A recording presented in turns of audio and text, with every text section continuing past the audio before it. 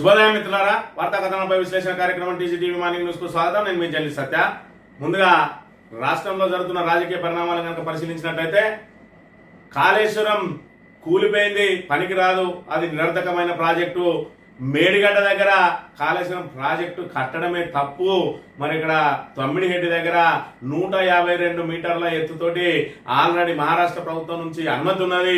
అక్కడ నుంచి 160 టీఎంసీలను తీసుకుపోయే వెసులుబాటు ఉన్నదని చెప్పి ఇప్పటి వరకు మరి ఇక్కడ కాళేశ్వరం మీద అనేక అబద్ధాలను వండి వార్చి అనేక కుట్రలు మరి ఇక్కడ ఏదైతే కేంద్రంలో ఉన్నటువంటి బీజేపీ, అదే విధంగా ఆంధ్రప్రదేశ్ లో ఉన్నటువంటి ఆ టీడీపీ తోటి జతగట్టిన రేవంత్ రెడ్డి ఇప్పటి వరకు బీఆర్ఎస్ ను బదనాం చేయడానికి అనేక రకాల ఆరోపణలు చేసి దాని మీద ఒక కమిషన్ వేసి ఆ కమిషన్ నాటకంతో ఏదైతే వీళ్ళు నివేదిక రూపంలో ఏదైతే వీళ్ళు ఫిర్యాదుల రూపంలో ఇచ్చారో దాన్ని నివేదిక రూపంలో స్వీకరించి మరి దాన్ని పూర్తి స్థాయిలో బీఆర్ఎస్ బదనాం చేయడానికి, బీఆర్ఎస్ మీద బురదలడానికి ఇప్పటి వరకు వాడుకున్న ఈ అబద్ధాలన్నిటికీ ఈరోజు కాంగ్రెసే మళ్ళీ సమాధానం చెప్పబోతా ఉన్నది. తొమ్మిడిహెడ్డి దగ్గర ఏదైతే ప్రాజెక్టు కడతామని చెప్పి మరి ఇక్కడ ప్రకటన చేసిండో రేవంత్ రెడ్డి, ఇప్పటి వరకు వాళ్ళు చేస్తున్న ఆరోపణలన్నిటి కూడా దాని ద్వారానే సమాధానం లభించనున్నది. మరి ఇక్కడ కాంగ్రెస్ పార్టీ, కాంగ్రెస్ ప్రభుత్వం తన గొయ్యిని తానే తవ్వుకున్నదా అని అంటే ఖచ్చితంగా అవుననే చెప్తా ఉన్నారు నీటి రంగ నిపుణులు అనే విషయాన్ని మనం ఇక్కడ గమనించాలి. కాళేశ్వరం ప్రాజెక్టుకు బదులు తుమ్మిడిహెడ్డి దగ్గర కట్టినట్టు అయి ఉంటే 35,000 కోట్లతోటే ప్రాజెక్టు మొత్తం పూర్తయ్యేదని ఏదైతే చెప్పిందో ఈ రోజు మరి 90% పూర్తి అయిపోయింది. ఏదైతే ఈ 3 బ్యారేజీలు నిరర్థకం అని చెప్పి కాంగ్రెస్ ప్రభుత్వం చెప్తా ఉన్నదో ఆ మూడింటిని పక్కన పెట్టినా కూడా మరి ఇక్కడ మిగతా ఏదైతే సైకిల్ అంతా పూర్తి అయిపోయింది. ఇప్పుడు తుమ్మిడిహెడ్డి దగ్గర నుంచి ఏదైతే ఎల్లంపల్లి దగ్గరికి ఒక బ్యారేజ్ నిర్మించి గ్రావిడ్ ద్వారా నీళ్లు తీసుకొస్తా అన్న వాళ్ళు ఎన్ని వేల కోట్లతోటి దాన్ని ఇప్పుడు పూర్తి చేస్తారనే దాని మీద ఇలా కాళేశ్వరం అవసరమా లేదా అనేది మరి ఇక్కడ తెలంగాణ ఉన్నది. కాళేశ్వరం మీద అనేక ఆరోపణలు చేసిండ్రు. మరి ఇక్కడ ఈ రోజున చూసుకున్నట్టయితే రేవంత్ రెడ్డి మరి ఏం చేయబోతా ఉన్నాడు, దానికి ఏం జరుగుతా ఉన్నది అనేది పూర్తి స్థాయిలో మనం దాని మీద పూర్తి విశ్లేషణ చేద్దాం. ఇక మరోవైపు చూసుకున్నట్టయితే ఏదైతే భారత్ మీద విషయం కక్కుతున్నటువంటి అమెరికా H1B వీసాదారులు ఎవరైతే ఉన్నారో వాళ్ళందరి గుండెల్లో గుబులు పుట్టించింది. తర్వాత మరి కొంత వెసులుబాటు ఇచ్చినట్టుగా మనం ఇక్కడ గమనించవచ్చు. పాత వీసాదారులకు కానీ రెన్యువల్ కానీ ఇది వర్తించదని, కొత్తగా H1B వీసాలకు మాత్రమే ఇది వర్తిస్తుంది. $1,00,000, మిగతా వాళ్ళు పాత డబ్బులే కట్టుకోవచ్చు అని చెప్పి ఒకవైపు మరి వైట్ హౌస్ నుంచి ప్రకటన వచ్చింది. ఈ లోపలే ట్రంప్ మద్దతుదారులు ఎవరైతే ఉన్నారో H1B వీసా మీద ఉన్న వాళ్ళందరూ ఎక్కడైతే అమెరికా నుంచి ఇంటికి వచ్చిందో వాళ్ళందరినీ తిరుగు ప్రయాణం ఏదైతే త్వరగా రమ్మని వాళ్ళ కంపెనీలు మెయిల్ చేసినాయో వాళ్ళందరూ కూడా వెళ్ళడానికి ప్రయత్నం చేస్తే టికెట్లను క్రాష్ చేసినాయి. ఇవాళ ట్రంప్ మద్దతుదారులకు సంబంధించిన సంస్థలు టికెట్ ని క్రాష్ చేసి ఎక్కడ వాళ్ళని అక్కడ నిలువరించే ప్రయత్నం చేసిండ్రు. కానీ అదంతా కూడా నిరర్థకం. మరి ఎందుకంటే వాళ్ళ వైట్ హౌస్ ఇచ్చిన ప్రకటనతోటే పాత వాళ్ళకి ఎలాంటి ఇబ్బంది లేదు. ఏదైతే 21వ తేదీ నుంచి అప్లై చేసుకుంటారో వాళ్ళకి మాత్రమే $1,00,000 నిబంధన వర్తిస్తుంది, రెన్యువల్ కూడా వర్తించదని చెప్పడంతో మరి కొంతవరకు వెసులుబాటు కలిగింది. అయినప్పటికీ కూడా మరి ఇక్కడ ఏదైతే కొత్తగా ఏదైతే ఆధునిక టెక్నాలజీని అందిపుచ్చుకున్న యువతను మరి హైర్ చేసుకోవడానికి ఆ కంపెనీలు మరి $1,00,000 చెల్లించాలంటే చాలా ఇబ్బందికరంగా పరిణమించే అవకాశం ఉన్న తరుణంలో చైనా మరి ఇక్కడ ఏదైతే తన H1B వీసా లాంటి వీసానే K వీసా పేరుతోటి వీసా నిబంధనలు వెసులుబాటు చేసింది. రండి చైనాకు ఉద్యోగాలు చేసుకోండి అని చెప్పి మరి ఇక్కడ రెడ్ కార్పెట్ వేసి ఏదైతే భారతదేశంలో ఉన్నటువంటి టెక్నాలజీ కలిగిన యువతను హైర్ చేసుకోవడానికి చైనా ఉవ్విళ్ళూరుతున్నది. ఇది కూడా ఒకందుకు అమెరికాలో ఉన్నటువంటి టెక్ కంపెనీలకు మరి ఇక్కడ చైనా రేపటి రోజున మరి ధీటుగా ఎదుర్కోబోతా ఉన్నది. దీని ద్వారా ఏదైతే అమెరికాలో ఉన్నటువంటి టెక్ కంపెనీలే ఇబ్బందులు పడే అవకాశం ఉందనే విషయాన్ని మనం ఇక్కడ ప్రధానంగా చూడవచ్చు. ఈ వార్తా కథనాలు కనుక చూసుకున్నట్టయితే తెలంగాణ వ్యాప్తంగా మొదలైన బతుకమ్మ సంబరాలు, ఎంగిలిపూల నుంచి ఏర్పాట్ల కరువు, బతుకమ్మ సంబరాలకు కానరాని సర్కార్ చర్యలు, గ్రామ పంచాయతీలకు నిధులు కాంగ్రెస్ ప్రభుత్వం 12 కోట్లు ఇస్తున్నామని ప్రకటించిన కానరాని ఏర్పాట్లు, చేతులెత్తేసిన గ్రామ కార్యదర్శులు, మున్సిపల్ అధికారులు, వెలగని వీధి దీపాలు, పలుచోట్ల అంధకారంలో ఆట, కందికట్టుకుల్లో చీకట్లోనే బతుకమ్మల నిమజ్జనం, హన్మకొండలో జరిగిన బతుకమ్మ సంబరాల్లో రభస, వేదికపై మంత్రుల తడబాటు, మహిళల మండిపాటు, బతుకమ్మ వేడుకల్లో మారుమోగిన భట్టి విక్రమార్క పాట, నిర్వాహకులపై అసహనం వ్యక్తం చేసిన డిప్యూటీ సీఎం, సర్కార్ నిర్వహణ వైఫల్యంపై ఆడబిడ్డల ఆగ్రహం అని చెప్పి మరి ఇక్కడ తెలంగాణ ఏర్పాటు తర్వాత మరి ఏదైతే బీఆర్ఎస్ ప్రభుత్వం, టీఆర్ఎస్ ప్రభుత్వం అప్పట్లో బతుకమ్మను రాష్ట్ర పండుగగా మరి ప్రకటించి బతుకమ్మ సంబరాల కోసం మరి ఇక్కడ ఏదైతే ప్రత్యేక ఏర్పాట్ల కోసం గ్రామ పంచాయతీలకు నిధులు విడుదల చేసి బతుకమ్మకు మరి అంగరంగ వైభవంగా ఏర్పాట్లు చేస్తే ఇవాళ వచ్చిన కాంగ్రెస్ ప్రభుత్వం వచ్చి రావడంతో తెలంగాణ తల్లి చేతిలో నుంచి బతుకమ్మను ఏ విధంగా అయితే తొలగించిందో ఇవాళ బతుకమ్మకు సంబంధించినటువంటి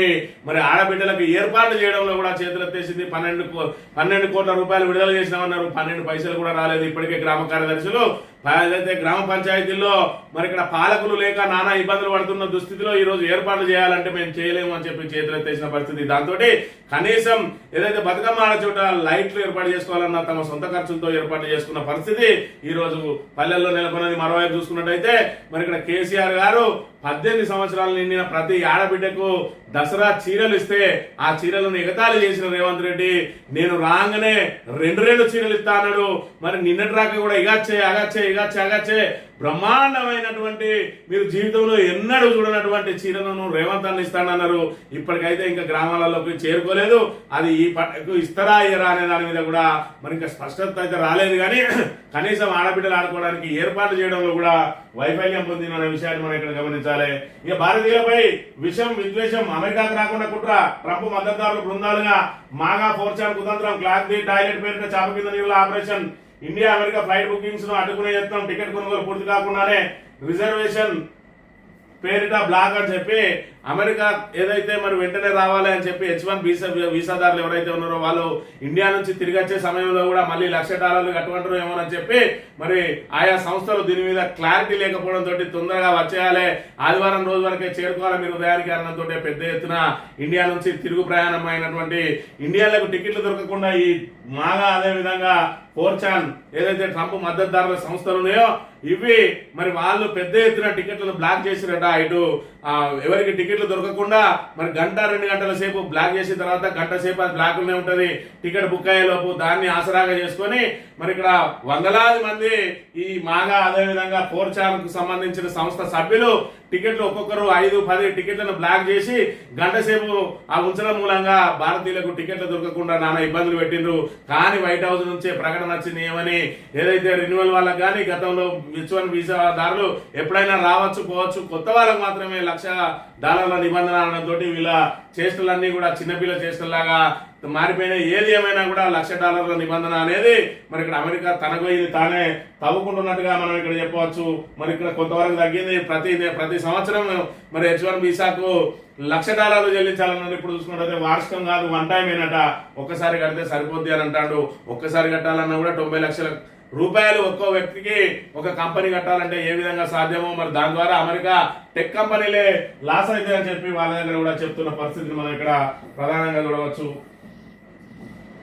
ఇక కాళేశ్వరంపై అబద్ధాలకు తెర కాంగ్రెస్ సర్కార్ తమ్మిడిరెడ్డి ప్రతిపాదనతో బయటకు వస్తున్న వాస్తవాలు 152 మీటర్ల బరాలకు గతంలో ఒప్పందం ఉందన్న ఉత్తమం ఇప్పుడు 150 మీటర్లకు మహారాష్ట్రతో సంప్రదింపులకు కసరత్తు 160 టీఎంసీల ప్రాణహిత చేయాలని 80 టీఎంసీలకే పరిమితం. అక్కడ నీటి లభ్యత లేదని పరోక్షంగా అంగీకరిస్తున్న రేవంత్ ప్రభుత్వ పెద్దల మెడకే చుట్టుకుంటున్న 35,000 కోట్ల అంచనా లీకులు హరీష్ రావు వీడితో కుడిలో పడిన ఎలకల ప్రభుత్వ పరిస్థితి మనం ఈ 2 రోజుల నుంచి చూస్తా ఉన్నాం. 9 దగ్గర మరి ఖచ్చితంగా మేము ప్రాజెక్టు కట్టి తీరుతామంటా ఉన్నాడు.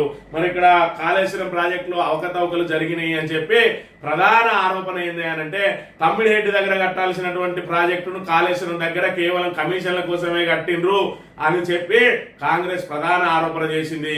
రెండో ఆరోపణ ఏంటంటే 152 మీటర్లకు ఆల్రెడీ మహారాష్ట్ర ప్రభుత్వంతో ఒప్పందం జరిగిందని.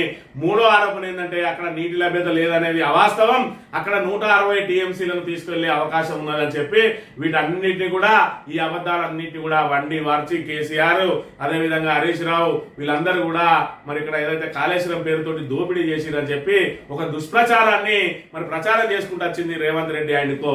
ఇవాళ చూసుకున్నట్టయితే అదే దుష్ప్రచారానికి సమాధానం మరి తెరవడే విధంగా కూడా వాళ్ళు చేపట్టబోయే ప్రాజెక్టు ద్వారానే తేట తెలంగాణ ఉన్నది.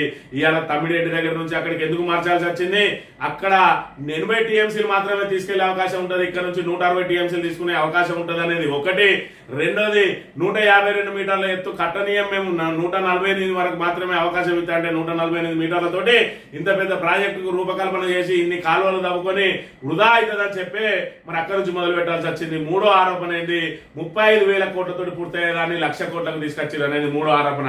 ఈ మూడు ఆరోపణలు కనుక ఇవాళ చూసుకున్నట్టయితే తుమ్మిడిహెడ్డి దగ్గర ఈయన కడతా అన్న రేవంత్ రెడ్డి ఏదైతే పూర్తి స్థాయిలో మొత్తం ప్రాజెక్టుకే 35,000 కోట్లు అయితే అన్న రేవంత్ రెడ్డి ఇవాళ కేవలం తమ్మిడిహెడ్డి దగ్గర నుంచి ఎల్లంపల్లికి నీటిని తరలించడానికి ఒక్క బరాలు నిర్మించి ఒక 2 చిన్న లిఫ్టులు పెట్టి గ్రావిటీ ద్వారా నీళ్లు తీసుకుపోవడానికే 35,000 కోట్ల రూపాయలు ఖర్చు అవుతాయట. మరి అలా నువ్వు ఏదైతే ఎల్లంపల్లి దగ్గరికి నీళ్లు తీసుకుపోవడానికే 35,000 కోట్లు అయితే ఎల్లంపల్లి నుంచి 204 కిలోమీటర్ల టన్నల్ ఉన్నది, 1,500 కిలోమీటర్ల మరి ఇక్కడ గ్రావిటీ కెనాల్స్ ఉన్నాయి, మరి ఇక్కడ 18 ఏదైతే రిజర్వాయర్లు ఉన్నాయి, సబ్ స్టేషన్లు ఉన్నాయి, పంప్ హౌజులు ఉన్నాయి, బాహుబలి మోటార్లు ఉన్నాయి. మరి వీటన్నిటికి ఎంత ఖర్చు రేవంత్ రెడ్డి ఇవాళ 35,000 కోట్లతో మొత్తం ప్రాజెక్టే పూర్తి అవుతుంది అన్నావు. ఇవాళ చూసుకున్నట్టయితే ఎల్లంపల్లి వరకు తీసుకురావడానికే 35,000 కోట్లు అని చెప్పి మరి నువ్వే చెప్తా ఉన్నావు. రెండో అంశం చూసుకున్నట్టయితే 152 మీటర్ల ఎత్తుకు ఆల్రెడీ మరి ఇక్కడ ఏదైతే ఆల్రెడీ మహారాష్ట్రతో ఒప్పందం జరిగిందంట అన్నావు. ఇవాళ 150 మీటర్లకు ఒప్పియడానికి మహారాష్ట్రతో సంప్రదింపులు జరపాలని చెప్పి అధికారులను పురమాయిస్తా ఉన్నావు. కనీసం 149కైనా ఒప్పియాలని అంటా ఉన్నావు. 152 మీటర్ల ఎత్తు కనుక నిజంగానే మరి ఏదైతే అగ్రిమెంట్ జరిగి ఉంటే ఇవాళ మళ్ళీ 150 కోసం ఎందుకు వెంపర్లాడుతున్నావు? 149 అన్న చేయమని ఎందుకు అంటా ఉన్నావు? మూడో అంశం చూసుకున్నట్టయితే మరి ఇక్కడ 160 టీఎంసీల నీటి లభ్యత ఉన్నదని అంటున్నావు. మరి ఇక్కడ నువ్వు 80 టీఎంసీలకి ఎందుకు దాన్ని డిజైన్ చేస్తా ఉన్నావు? అంటే ఇప్పటి వరకు మరి ఇక్కడ కాంగ్రెస్ ప్రభుత్వం ఆడిందంతా కూడా అబద్ధం. ఇవాళ కాళేశ్వరం అనేది ఖచ్చితంగా తెలంగాణకు వరప్రదాయని ఇవాళ కాంగ్రెస్ ప్రభుత్వం ఏదైతే అక్కడ 2 పిల్లర్లు ఉంగినాయో దాన్ని పునరుద్ధరించకుండా ఇవాళ బనకచెర్లు కట్టుకోవడానికి గేట్లు బార్లా తెరిచింది.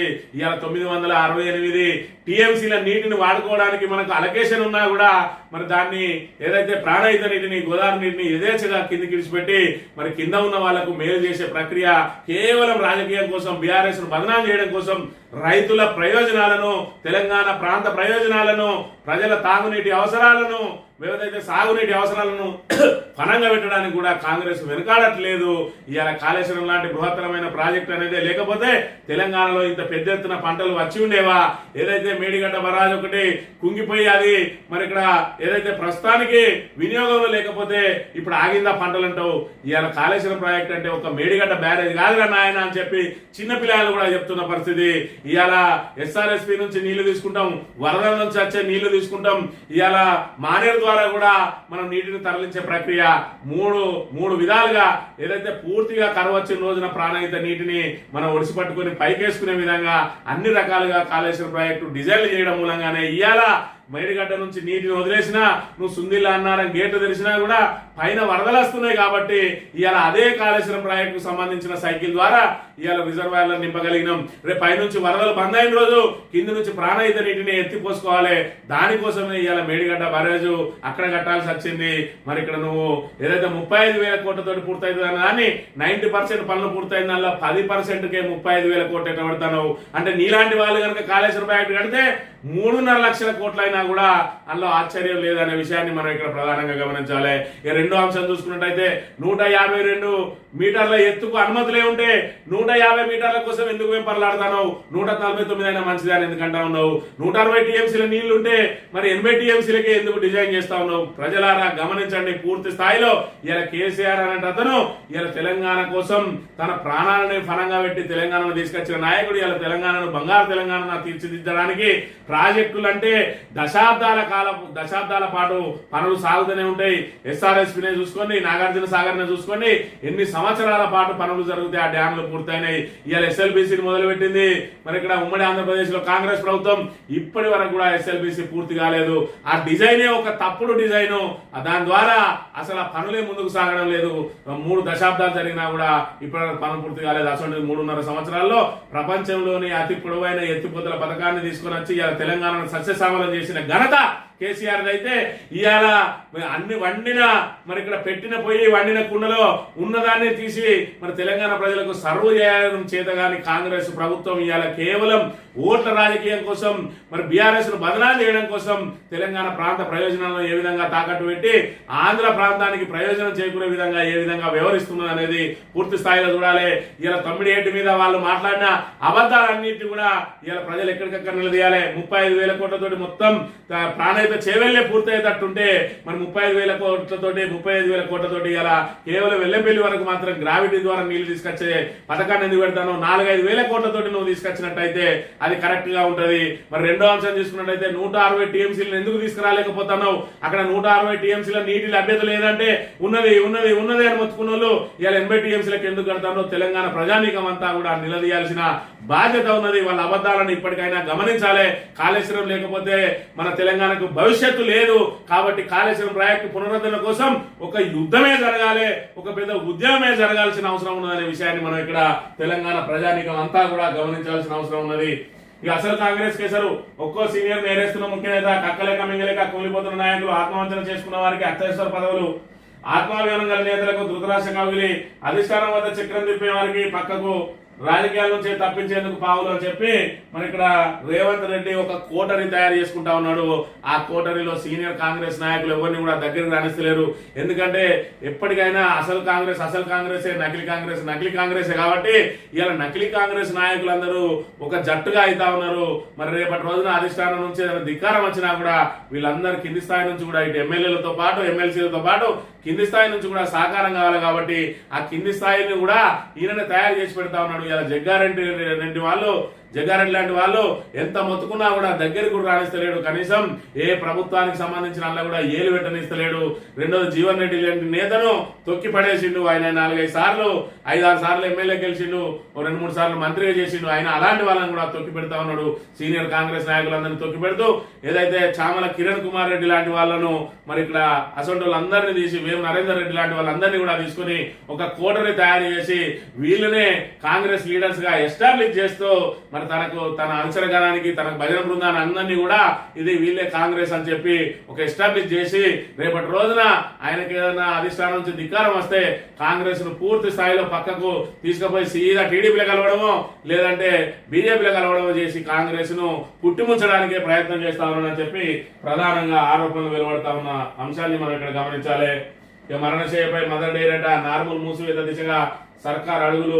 మరి దేన్నైనా ఈ సర్కార్లో మరి వీటిని నాశనం చేయడం తప్ప కొత్తగా పునరుద్ధరించడం ఏమీ లేదనే విషయాన్ని గమనించాలి. వసూలు తీసుకున్న యూరియా, రైతుల ప్రాణాలు బలిగొంటున్న ఎరువుల కొరత, కొన్ని చోట్ల గొడవలు, గాయాల పాలవుతున్న రైతులు, క్యూలో నిలబడి సమస్యలు పడిపోతున్న రైతులు, కుటుంబాలను చిచ్చు, రైతుల మధ్య కొట్లాటలు, గిరిజన మహిళా రైతు సాగుకు బాధ్యత సర్కారు అంటున్న కేటీఆర్.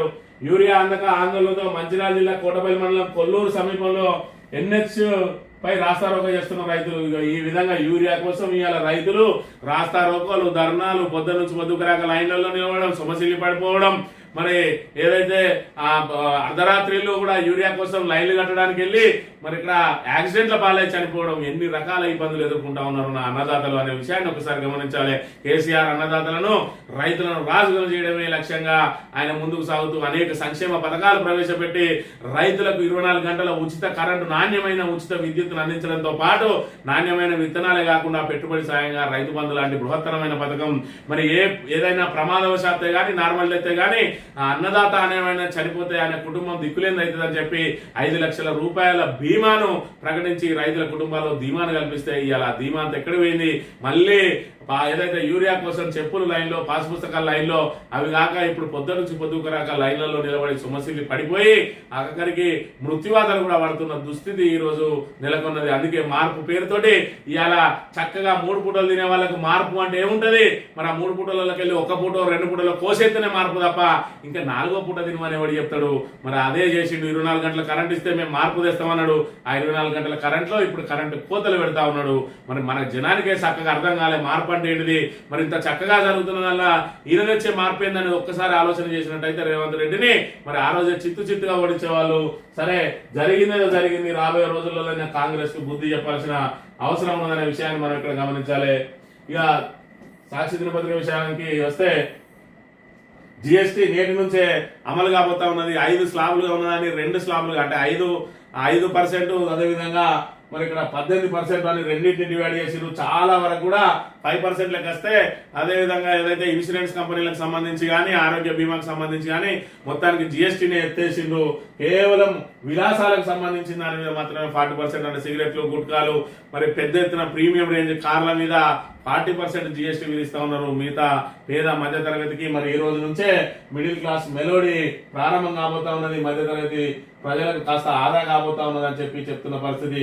జిఎస్టీ సంస్కరణలతో ఆత్మ నిర్భరత, దేశవ్యాప్తంగా అభివృద్ధి వేగవంతం, దేశంలో ప్రతి ఇంటిని స్వదేశీకి ప్రతీకగా మార్చుకోవాలి, ప్రజలకు ప్రధాని పిలుపు అని చెప్పి మరి జిఎస్టీలో తెచ్చిన సంస్కరణ ద్వారా ప్రతి ఇంట్లో మరి ఇక్కడ కుటుంబాన్ని బట్టి 1700 నుంచి 2200 మరి ఇక్కడ మనకు మిగిలే అవకాశం ఉంటుందని చెప్తా ఉన్నారు. మరి జిఎస్టీ ప్రభావం ఏ విధంగా ఉండబోతా ఉన్నది, నిజంగానే నిత్యావసరాల ధరలు తగ్గబోతా ఉన్నాయా, ప్రజలకు పేద మధ్యతరగతి ప్రజలకు అందుబాటులోకి రాబోతా ఉన్నదా అనేది మరి ఇక్కడ మనం ప్రధానంగా చూడాలి.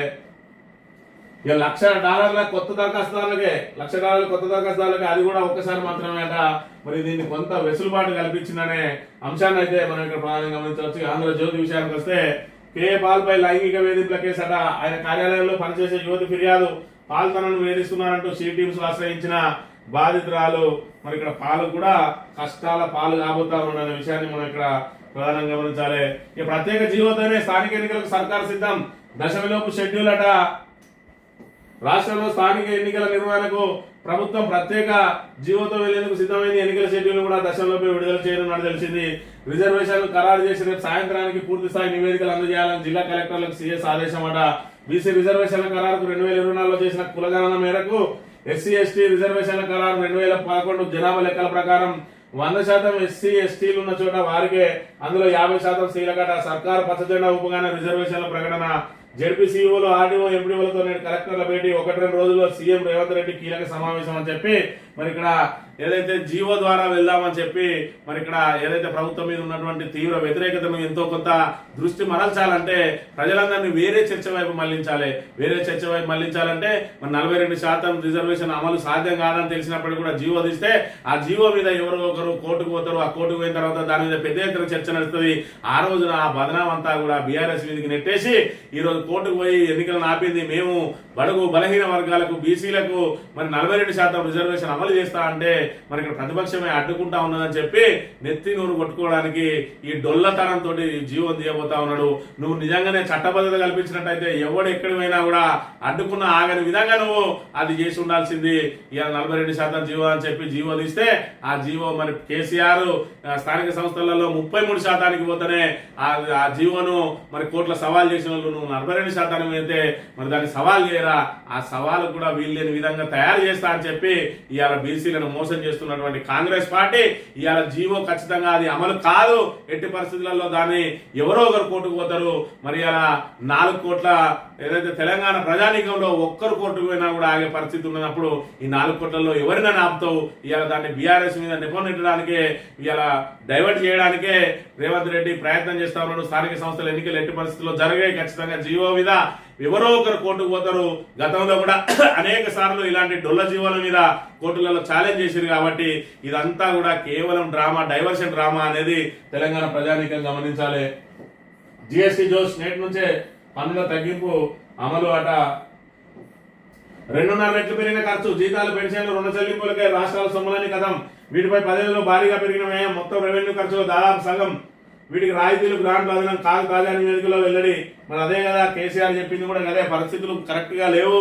మరి ఇక్కడ మనం అభివృద్ధి చెందబోతా ఉన్నాం. ఇవాళ చూసుకున్నట్టయితే 200 రూపాయల పెన్షన్ 2000 రూపాయలు చేసినాం. ఎదుటివాడు కూడా 4000 ఇస్తా అంటే నమ్మకండి, అది వీలు కాదు.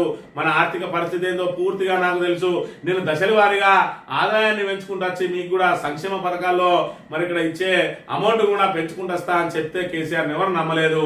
మరి ఏదైతే అబద్ధాలు అనేటోళ్ళనే ఎక్కువ నమ్ముతారు. మరి ఈ అబద్ధాలను నమ్మితే ఇవాళ 2000లో ₹1 కూడా పెరగలేదు. సరి కదా, 2016 ఇస్తే ఆ 16 రూపాయలు కోసి ఇవాళ 22 నెలల నుంచి ఆ 16 రూపాయలు సర్కారే ఉంచుకుంటున్న పరిస్థితిని అయితే మనం ఇక్కడ ప్రధానంగా గమనించాలి. మరి ఇక్కడ ఖర్చులు ఎట్లా ఉంటాయి, ఆదాయం ఎట్లుంటుంది అని ఒక అంచనా వేసి మరి ఇక్కడ మేనిఫెస్టో రూపకల్పన చేయాలి. కానీ కేవలం అబద్ధాలనే ఏరి కోరి అందులో పొందుపరిచినటువంటి ఈ దుద్దిల్ల శ్రీధర్ బాబు గారు మేనిఫెస్టో కమిటీ చైర్మన్ గా ఇవాళ ప్రజలను పూర్తిగా మోసం చేసిండు. 420 హామీలు అని చెప్పి వాళ్ళు అందులోనే పెట్టిండు. ఆ 420 అనేది చీటింగ్ అనేది అర్థం చేసుకోక విధంగా మరి ఇక్కడ తెలంగాణ ప్రజానీకం అంతా కూడా వాళ్ళ వైపు ఆకర్షితులైంది. కానీ వాళ్ళు ముందే చెప్పారు మరి 420 హామీలు అంటే 420 హామీలు చీటింగ్ హామీలు, ఈ చీటింగ్ హామీలు నమ్మితే మరి మీ ఇష్టం అన్నట్టుగా చెప్పారు. కానీ ప్రజలే మోసపోయిందనే విషయాన్ని మనం ఇక్కడ ప్రధానంగా గమనించాలి. చిత్తూల బొమ్మ శివుని ముద్దుల గుమ్మ నిన్నటి రోజున రాష్ట్ర వ్యాప్తంగా మరి బతుకమ్మ సంబరాలు మొదలైన పరిస్థితిని మనం ఇక్కడ ప్రధానంగా చూడాలి. 2047 తర్వాతే మోదీ రిటైర్మెంట్, రాబోయే అనేక ఎన్నికల వరకు ప్రధాని పదవి ఖాళీగా ఉన్నదట రాజ్నాథ్ సింగ్. ఇక్కడ వ్యక్తి పూజ కూడా మొదలైంది బీజేపీలో కూడా అనే విషయాన్ని మనం ఇక్కడ ప్రధానంగా చూడాలి. దంచిపెట్టిన హైదరాబాద్ లో పలు కాలనీలు జలమయం, హైదరాబాద్ అయితే వర్షంతో నానా ఇబ్బందులు పడతా ఉన్నారు. ప్రతి డివిజన్ లో ప్రజలు ఇబ్బందులు పడుతున్న పరిస్థితి మనం ఇక్కడ గమనించాలి. ఇక హైడ్రా ఏం చేస్తుంది అంటే మరి ముందస్తు వర్షాలు ఎక్కడ వస్తాయో వాళ్ళని హెచ్చరించి ప్రజలను సురక్షితంగా చేరవేయడానికి, సురక్షిత ప్రాంతాలకు తరలించడానికి, వరదలను డైవర్ట్ చేయడానికి హైడ్రా పనిచేస్తుంది అన్నాడు. ఇలా మళ్ళీ పోయి ఆ గాజుల రామాయణం లాంటి చోట ఆ ఉన్న వాటిని కూల్చడానికే ప్రయత్నం చేస్తా ఉన్నది తప్ప హైడ్రా అనేది ఎక్కడ కూడా ప్రజల సంరక్షణ కోసం పనిచేస్తలేదు అనే విషయాన్ని మనం ఇక్కడ గమనించాలి. ఈనాడు దినపత్రిక విషయానికి వస్తే ప్రతి ఇంటా పండుగ అనట జిఎస్టీ తోటి మరి ఎంత పెద్ద మొత్తంగా మనకి ఇక్కడ పండుగ జరగబోతుందో మనం ఇక్కడ చూడాలి. ఈ ఆసియా కప్ లో మనం భారత్ పై పాక్ పై భారత్ విజయం. ఆసియా కప్ లో భారత్ కు తిరుగులేదు. జోరును కొనసాగిస్తున్న సూర్యసేన చిరకాల ప్రత్యర్థి పాకిస్తాన్ మరోసారి ఓడించింది. ఆసియా కప్ వచ్చినా రాకున్నా మంచిదే కానీ పాకిస్తాన్ ను ఓడించాలనేది ప్రతి భారతీయుని ఏదైతే మదిలో ఉంటది, ఆయన గుండెల్లో ఉంటది. మరి ఇక్కడ 2 సార్లు తలబడ్డది. ఇవాళ భారత్ తోటి పాకిస్తాన్ 2 సార్లు కూడా చిత్తుగా ఓడించి భారతీయులు ఏదైతే పహల్గామ్ దాడికి ఇవాళ బ్యాట్ తోటి బుద్ధి చెప్పిండ్రు, మన ఆపరేషన్ సింధూర్ తోటి మన సైన్యం బుద్ధి చెప్తే ఇవాళ మన క్రీడాకారులు కూడా బ్యాట్ తోటి ఆ పాకిస్తాన్ వక్ర బుద్ధికి బుద్ధి చెప్పినట్టుగా మనం ఇక్కడ గమనించవచ్చు. ఇది ఈ రోజు మార్నింగ్ న్యూస్. తిరిగే వెళ్తాం. Thank you very much.